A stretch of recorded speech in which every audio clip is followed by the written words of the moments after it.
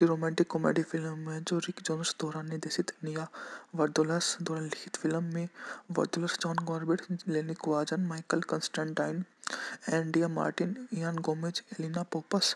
ये my big फ्रेडिंग की अगली कड़ी है। माई बिग फ्रेडिंग फ्रेंचाइजी की दूसरी किस्त है 3 में से एक। यह मूवी 15 को रिलीज की गई थी, जो टोरंटो शहर की सबसे अच्छी मूवी में से एक गिनी जाती है, जो उनके शहर की वास्तविक कहानी का उनका ही प्रारूप को सबसे पहले लाकर करती है। उनके द्वारा निभाई जाने वाली यह सबसे शानदार मूवी में से एक है, क्योंकि उनके अलावा इस मूवी में अन्य कलाकारों ने साहसिक दम पर अंजाम दिया था।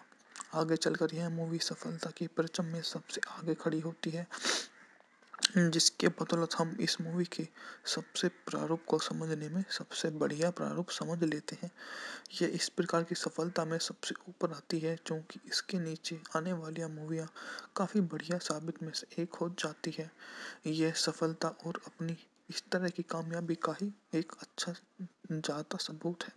मूवी का बजट था $18 मिलियन, बॉक्स ऑफिस पर 90.6 की कमाई की थी।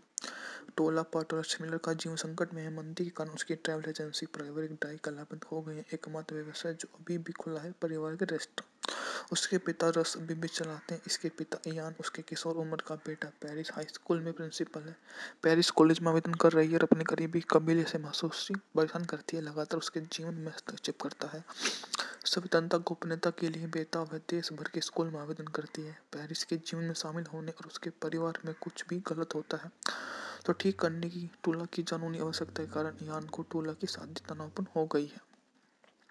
इसी बीच गस ने खुद को आश्वस्त कर लिया कि वह सीधे सिकंदर महान का वंशज और पुष्टि के लिए एक ऑनलाइन वांस साइट को लिखना चाहता है और अपने रिकॉर्ड को खंगोलना शुरू कर देता है। वह तकनीकी रूप से मिलन को अमान्य कर दिया। वर्तमान पुजारी के रूम में वह उस पर काम को देखता है, क्योंकि उसके लिए वह सब कुछ होती है जो उनके अलावा कुछ अन्य नहीं देने की अपनी सामर्थ्यता को वे सबसे अनुरूप लाकर खड़े कर देते हैं, जो उनको किसी अन्य की नहीं, सबसे पहले अपने प्रारूप को ही समझने का परिपक्व बनाने की क्षमता को ही महसूस करते हुए उसको वहां से निकाल कर अपने अंग्रेजी संस्थान की अपनी कलाकृति का सबसे महत्वपूर्ण हिस्सा समझने का श्रेय उसे ही देते हैं। यह उनके अपने ही सबसे बड़े सही मालिक को ही असर होता है, जो उनको किसी अन्य की भांति करने का असर दिखाकर चले जाते हैं। आगे चलकर वह सबसे बड़ा प्रारूप हुई हो